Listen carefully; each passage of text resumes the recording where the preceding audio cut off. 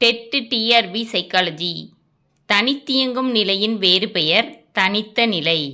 தனித்தியங்கும் நிலையின் வேறு பெயர் தனித்த நிலை.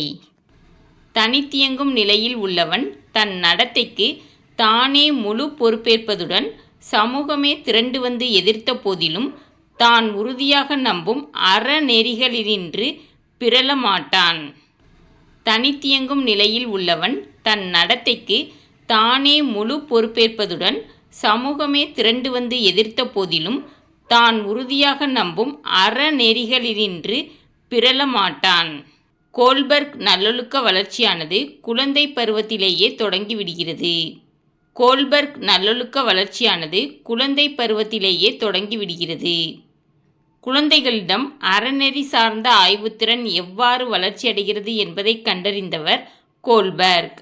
குழந்தைகளிடம் அறநெறி சார்ந்த அறிவுத்திறன் எவ்வாறு வளர்ச்சியடைகிறது என்பதை கண்டறிந்தவர் கோல்பர்க்.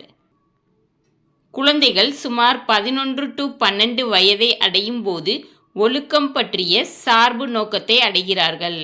குழந்தைகள் சுமார் 11 to 12 வயதை அடையும் போது ஒழுக்கம் பற்றிய சார்பு நோக்கத்தை அடைகிறார்கள். குழந்தைகளுக்கு 12 வயதிற்கு பின் சமரச போக்கு, மன்னிக்கும் பண்பு போன்றவை அதிக அளவில் காணப்படும்.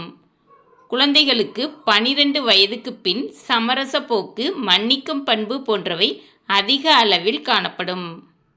கோல்பர்க்கின் விளக்கம் பியாஜேயின் கருத்துக்களுடன் தொடர்பு கொண்டதாகும். கோல்பர்க்கின் விளக்கம் பியாஜேயின் கருத்துக்களுடன் தொடர்பு கொண்டதாகும். அறிவு வளர்ச்சியில் பியாஜேயின் தன்வயப்படுதல், பொருந்திப் போதல் ஆகிய இரண்டும் ஒழுக்க வளர்ச்சியிலும் காணப்படுவதாக கோல்பர்க் கருதுகிறார். அறிவு வளர்ச்சியில் பியாஜேயின் தன்வயப்படுதல், பொருந்திப் போதல் ஆகிய இரண்டும் ஒழுக்க வளர்ச்சியிலும் காணப்படுவதாக கோல்பர்க் கருதுகிறார். கோல்பர்க் குழந்தைகளின் ஒழுக்க வளர்ச்சியில் 3 நிலைகளை குறிப்பிடுகிறார். கோல்பர்க் குழந்தைகளின் ஒழுக்க வளர்ச்சியில் 3 நிலைகளை குறிப்பிடுகிறார். கோல்பர்க் ஒழுக்க வளர்ச்சியில் மொத்தம் 6 படிநிலைகள் உள்ளன. கோல்பர்க் ஒழுக்க வளர்ச்சியில் மொத்தம் 6 படிநிலைகள் உள்ளன. கோல்பர்க் ஒழுக்க வளர்ச்சியில் முதல் நிலை மரபுக்கு முற்பட்ட நிலை, 4 முதல் 10 வயது வரை. கோல்பர்க் ஒழுக்க வளர்ச்சியில் முதல் நிலை மரபுக்கு முற்பட்ட நிலை, 4 முதல் 10 வயது வரை.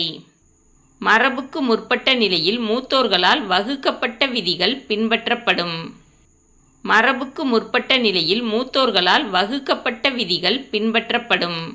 மரபுக்கு முற்பட்ட நிலையில் உள்ள 2 படிகள் தண்டனைக்கு அஞ்சி பணிந்து நடக்கும் போக்கு, தேவை நிறைவேற்றம் மற்றும் மகிழ்வுறுதல் சார்ந்த போக்கு. மரபுக்கு முற்பட்ட நிலையில் உள்ள 2 படிகள் தண்டனைக்கு அஞ்சி பணிந்து நடக்கும் போக்கு, தேவை நிறைவேற்றம் மற்றும் மகிழ்வுறுதல் சார்ந்த போக்கு.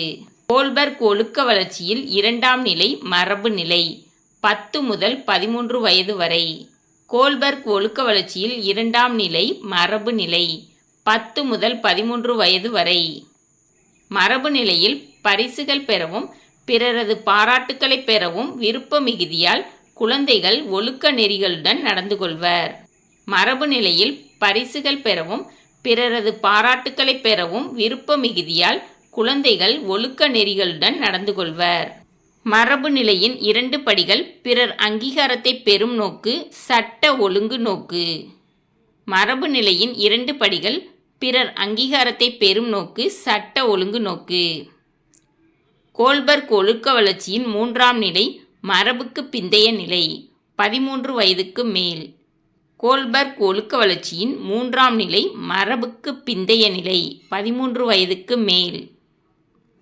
மரபுக்கு பிந்தைய நிலையின் குழந்தைகள் விழுமங்களை வரையறுத்துக் கொள்வர். மரபுக்கு பிந்தைய நிலையில் குழந்தைகள் விழுமங்களை வரையறுத்துக் கொள்வர். மரபுக்கு பிந்தைய நிலையின் 2 படிகள் சமூக ஒப்பந்த நோக்கு, உலகளாவிய அறநெறிகள் இருத்தலை ஒப்புக்கொள்ளும் நோக்கு.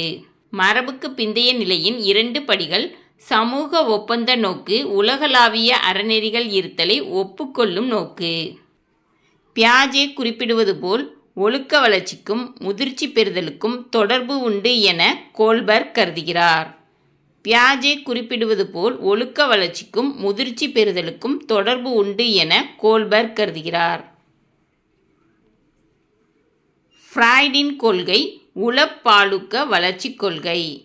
ஃப்ராய்டின் கொள்கை உளப்பாலுக்க வளர்ச்சி கொள்கை. பாலுணர்வு என்பது வெட்கப்பட வேண்டிய அழுக்கான அல்லது கெட்ட செயல் என்பதற்கு பதிலாக இயற்கையான அவசியமான உயிரியல் செயல்பாடு ஆகும் என கூறியவர் சிக்மண்ட் ஃப்ராய்ட். பாலுணர்வு என்பது வெட்கப்பட வேண்டிய அழுக்கான அல்லது கெட்ட செயல் என்பதற்கு பதிலாக இயற்கையான அவசியமான உயிரியல் செயல்பாடு ஆகும் என கூறியவர் சிக்மண்ட் ஃப்ராய்ட். ஆண் குழந்தைகள் தனது தாயிடம் அதிக ஈர்ப்பு கொள்ளும் தன்மை ஒடிப்பஸ் சிக்கல். ஆண் குழந்தைகள் தனது தாயிடம் அதிக ஈர்ப்பு கொள்ளும் தன்மை ஒடிப்பஸ் சிக்கல்.